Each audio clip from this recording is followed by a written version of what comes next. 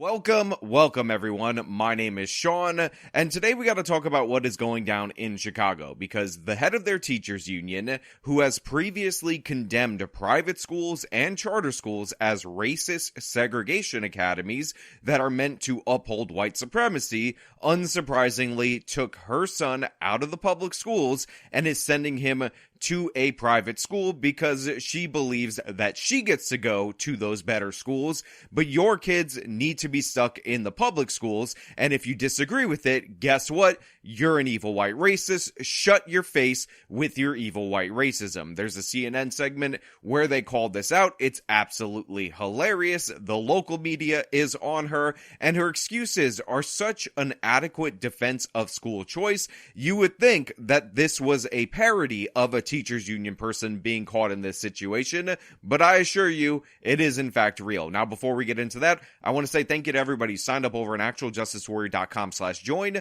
Give me the money. Give me the money. Okay? And thank you to the podcast listeners, Spotify, Apple, and Google's podcasting platform. Tonight, the head of the Chicago Teachers Union is facing intense backlash after it was revealed that her eldest son is enrolled in a private Catholic school. Now, the reason that this is at all controversial for some people is because Stacy Davis Gates has championed the city's public school system while consistently voicing strong opposition to private education. Now, last year, she underscored her position on the issue, saying, quote, "I can't advocate on behalf of public education without it taking root in my own household." Now, I have to say, honestly, every one of her quotes are just magical, especially given the current circumstances and the fact that she was outed for sending her kid to private school. Because I didn't say that she wasn't allowed to send her kid to private school. I didn't say that she couldn't be the head of the teachers union without actually having her kids in public schools. She said it. She said it had to take root in her own home. And guess what? When push came to shove, when she wanted better opportunity for her kid, she decided to go with a private Catholic school. What happened here? You've likened in the past private schools of today to, quote, segregation academies of the Jim Crow South. Why then send your child to a private school after speaking out so publicly against them? Before Stacy ends up answering that question, which, by the way, you know her answer is going to be objectively trash, I just want to read an additional quote that was not included in this opener so you can understand that this wasn't a one-off, her comparing any kind of private school to evil white racism and to segregation. In response to somebody claiming that school choice for young black kids was a civil rights issue, she wrote the following: "School choice was actually the choice of racists. It was created to avoid integrating schools with black children. Now it's the civil rights struggle of our generation. Hashtag bye-bye." So first of all, I just want to point out that this woman is the head of the teachers union in Chicago, and this is how she writes. Unsurprisingly, Chicago students take after their union boss and also do poorly on reading and writing. So yeah, unsurprising all the way around. But again, she has made it clear that school choice, sending your kid to private schools, evil white racism, you're an evil white racist if you want to do it. Why don't you cut it out with your evil white racism? I didn't speak out against private schools. I spoke out against school choice. School choice and private schools are two different entities. In your tweet, you describe basically you've described private schools of the North. That was literally your language. But you've also said this, that school choice was the choice of racists. I think at the end of the day, people are asking here about whether the rhetoric matches your actions. What do you say to them? So she says, "I never criticized private schools. What are you even talking about, you dumb idiot? What I criticized was school choice, which is completely different for private schools. You see, in a normal traditional private school model, when you are a union boss and you're making hundreds of thousands of dollars forcing kids to stay in failing public schools, you have excess money and you can use that to send your child to a luxurious private school so your child doesn't have to be impacted with the policies that you are advocating for. But if you want a scholarship, if you want some of the money that is assigned for your student in the public schools, a percentage of it, not even all of it, to go for that scholarship so you can send your kid to a private school. You know, if you're poor, if you're a pleb, then you don't get that. That's what she's against. She gets to go because she has the money, making sure your kids don't get to go. Don't you get it? Well, I would say that if we understand the desegregation of schools post-Brown v. the Board of Education, we also understand that school districts in the South in particular closed down entire school districts, offered money to families, white families, so they could get accepted into private schools. That is, in fact, the origin of school choice in America. So as pointed out by this CNN reporter, and credit where credit is due, these criticisms were initially of the North, but as you can see, the union boss is pivoting to the South, saying that this is all about evil white racism. Wow, aren't you an evil white racist? But the thing is that we know that the people who take advantage of school choice happen to be poorer and more black students than the general population. So they are going into these charter schools because parents want to get their kids out of the schools, and right now they have to go through a lottery specifically because of people like this union boss that are doing everything possible to shut down as many charter schools as humanly possible and prevent new ones from opening. So her position essentially is, if you have a failing public school, if there's crime, if there's violence, if they're not teaching your kids anything, then you need to stay there. We need to overspend on your students in that school. But if you want to go to another school, you better have the money in order to pay for it, because none of that money allocated for your child's education is yours. It's hers. It belongs to her and her union members. And as long as the charter schools are ununionized, then she's always going to be opposed to them. And I know that the right wing wants to obscure that in the same way that they want to tell us that slavery was a job training program. I mean, just think about how absurd that answer is. She said that white people are trying to tell black people that slavery was job training. No, it wasn't. Nobody's saying that. That is not an argument being put forward by anyone. You just made that up. You're trying to invoke slavery here when you, yourself, have taken your son out of the public school system because they're inadequate to serve your family's needs, and you're denying other people as a job. You're getting paid to do this, that same option. You're denying poor people the chance to have scholarships to choose their own schools. And again, this is pretty obvious. It's one of the most no-brainer issues. If the public schools are really better, if the public schools really do serve the needs of the children and not of the members of the teachers union, then the parents wouldn't take this option. But what she fears is that the parents will end up ruining her racket and take this option. Look, I understand the history that you're talking about, and I myself attended public school my entire life. But I think one of the issues here is actually something that you yourself raised. You wrote a letter to your colleagues, and you said that our critics want you to believe that, quote, school choice is a black and white issue that lacks nuance and hard choices for people like us, black families, especially when you are parenting a black boy in America. You wrote that to explain why you chose to take your child out of public school. Again, credit where credit is due to the CNN reporter, who, by the way, throws in the little bit of a jab that she went to public schools her whole life. By the way, so did I. But she reads her quote about how it's no longer a black and white issue, how there's nuance in it, and honestly, you have to deal with these circumstances, especially when you're raising a black boy. So when conservatives point out that black people disproportionately in poverty are the ones taking advantage of these school choice programs, and parents are lining up around the block in order to win these lotteries because people like her limit the seats, then that's evil white racism. They're trying to trick your black kids with their evil white racism. Remember segregation. Remember that time that some white person out there in the ether, some mythical white evil white racist, said that the slavery was job training. That's definitely related to what we're talking about. But when it's her kid, wait a minute. This is not a black and white issue. What are you even talking about? There's nuance in it. There's so much nuance that Nuance Girl is summoned up from the ether in order to explain to you all the different balances of this issue. What do you mean this is about racism? But when you're a parent to a black boy, the rules don't apply to you. I'm not sure if you guys are aware of that. She is above the rules because she makes the rules, because she's the union boss, and you need to shut up. If you disagree with her, you're racist. If you want her kid to stop attending private school, guess what? You're racist. If you want her to live up to her standards, guess what? You're also racist. And if you want other black kids and other black families to have the same options that she had, congratulations, you're also racist. So every single category leads you to your evil white racism. So sit down and shut up. And by the way, credit where credit is due for CNN sitting a black woman opposite her for this debate, because you know for a fact the first thing she would go to if this was any other demographic of person was that she's anti-black, she's an evil white racist. Oh my god, evil white racist CNN with their evil white racism. Why not afford that nuance to the families who might live in the south side of Chicago and in other major cities, and they want the same choice that you were able to afford to give to your child?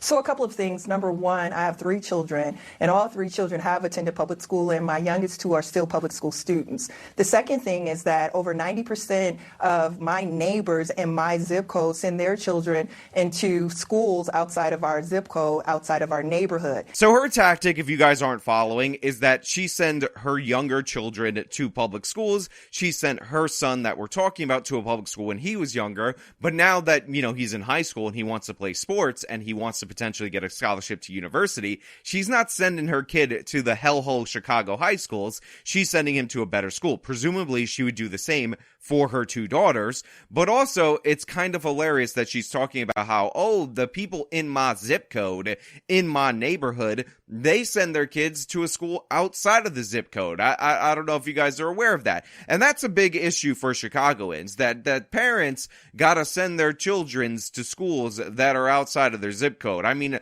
that's really a big problem. Now, by the way, as the head of the teachers union, she's against having you be able to choose where you send your kids. If a charter school opened up in their zip code right down the street, she would be against that. But, you know, that's really something that you need to think about and you need to ponder. Are you distracted yet from the issue that you're actually bringing up? Have I deflected enough? I just want to say, and maybe I could throw this out there, evil white racism and try to run away. Quite frankly, this is an issue, especially for middle-class black families all across this country, where the public accommodation is obsolete, just like the grocery store in our communities is obsolete, just like the healthcare provisions in our community are obsolete. Look, I know she works for the teachers union, so she has to defend and simp for the public schools, but I find it hilarious that she says that the public accommodations, as in the public schools, that she will not let other kids get scholarships to go out of, are obsolete in one breath. Then she compares it to the grocery store in her neighborhood. The grocery store is not nice enough.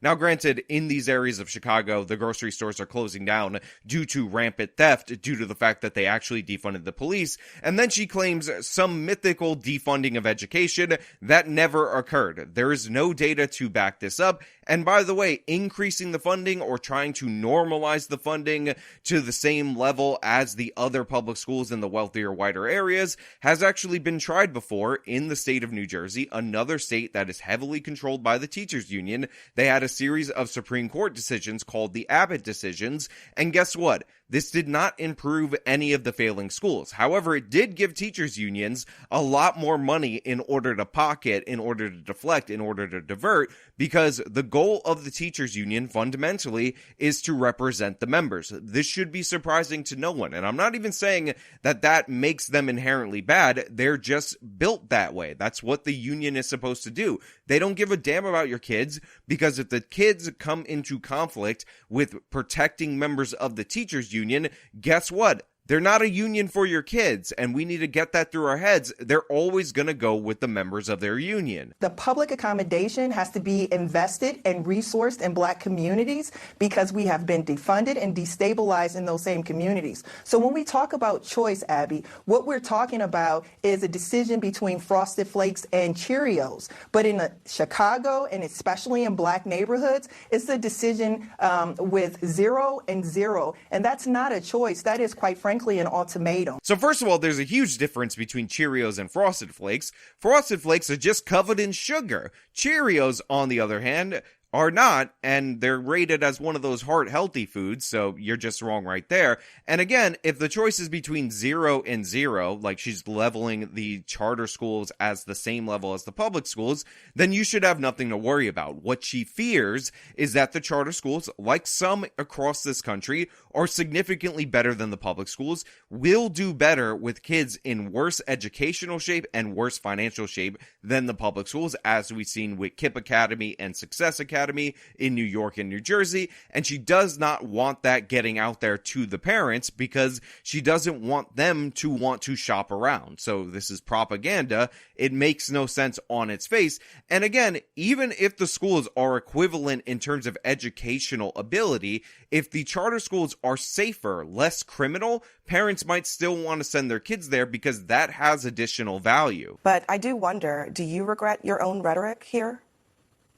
Regret rhetoric. What I've said are facts. Again, I'm a history teacher. I think that hold the on for a rhetoric second, that Abby. let me explain my question. So I love this question about her potentially regretting her past rhetoric. Obviously, the answer is no, because again, she says what she says to benefit her in the moment that she's saying it. There's no principle here at all whatsoever. But I do like this follow-up question and then the answer and then the deflection to evil white racism and how all of a sudden it's nuanced when it comes to her kid. But before, charter schools were definitely racist, and it's what segregations wanted, and it's like saying slavery is job training. Do you think that your rhetoric at some point went too far when you are making a choice, because perhaps, I assume you can afford to do that a lot of Chicago parents don't, because they can't afford it.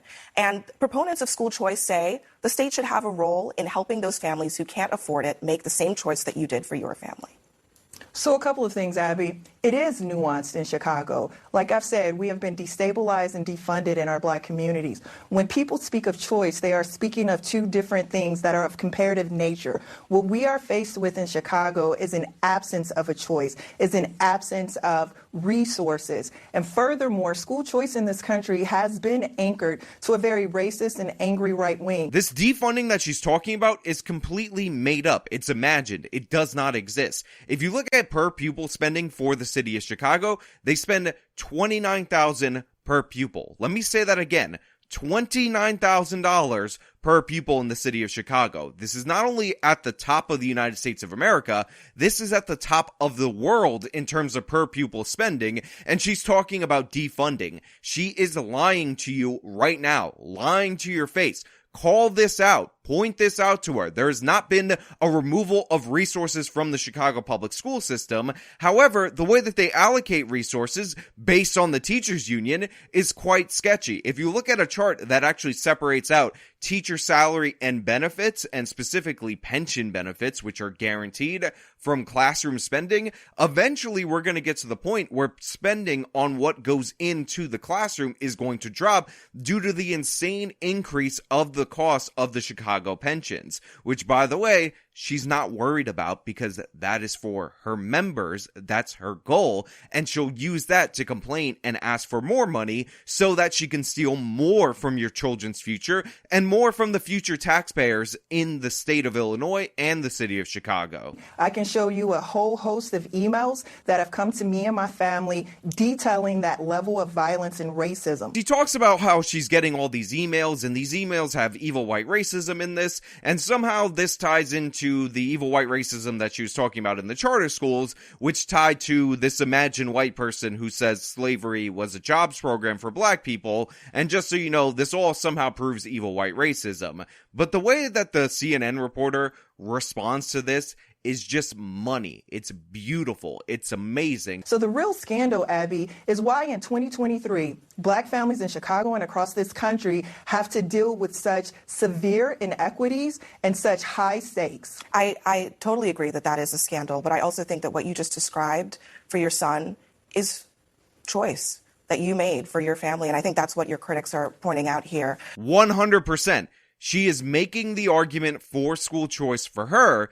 even though she doesn't want your kids to have access to it. It's good for her. She has the money to do it because she makes a lot of money forcing your kids into failing public schools if you're a resident of Chicago. But again, those rules don't apply to her because she's better than you, and her kid wanted to play soccer. Her kid wanted to be a soccer superstar, maybe get a scholarship to college, maybe be accepted somewhere. And honestly, the schools that she's protecting, that she's forcing your kids into, that she's getting all this money for while pretending that they're defunded, obviously they're not going to be able to get her kid into a good college because those schools are horrible. So you need to send your kids there, but she's better than you. She's your elite. She is your master. So just obey her and do whatever she says, because honestly, you should not have the same level of choice as she does because you don't make as much money as her. Therefore, you're worth less than her. You're actually worthless as a parent, and your opinion is actually worthless. So yeah, this is really what we're doing right here. We're praising CNN for pointing out the absurdity of this person's position, but more importantly, we're shining a light on what's actually going on in our public school system and how the people who pretend to care the hardest about your kids don't at all, and they're never going to love your kids the way that they love theirs. And again, I'm not against her sending her kid to private school. I understand if you have the money and you want to do that, you want to do what's best for a kid. What I'm against is her preventing poor kids in Chicago from getting scholarships to do the same. What I'm against is her trying to protect failing teachers and failing schools and doing everything in her power to oppose any kind of alternative that might do better for the children in the city of Chicago that she's pretending to care about. Now, a lot of people are talking about the hypocrisy, and if you don't get past level 1 of this conversation and you just focus on her rhetoric, what she said in the past versus what she does with her own son, then you might hit that level. But the thing is, this isn't really hypocrisy. She is not representing the children in Chicago public schools. She is representing the teachers union. Her job is to secure jobs for the members of the teachers union and squash any threat to those jobs. It has nothing to do with the children. Any hiding behind the children is only strategic. This is why, without hesitation, she was able to send her kid to a private school, and the only reason she covered it up was due to public backlash. But it's actually not hypocritical because, again, it has nothing to do with the kids. She doesn't care about the kids. She is paid specifically to put the teachers above the children. So when it comes to her own child, obviously she's going to care more about them. She's working in part for her children's future. So if you're pointing out hypocrisy, yeah, that's a base level analysis, but it goes far beyond that because her position entails that she doesn't give a damn about the children. Period, point blank, full stop. You get what I'm saying? I don't think I can make it more clear if I tried, but hey, those are just my thoughts. Let me know your thoughts down in the comments below. If you like the video, show them by leaving a like, subscribe for more content, follow me on all my social media, support me via the support links in the description of this video. This has been me talking about the teachers union, doing teachers union stuff. Till next time.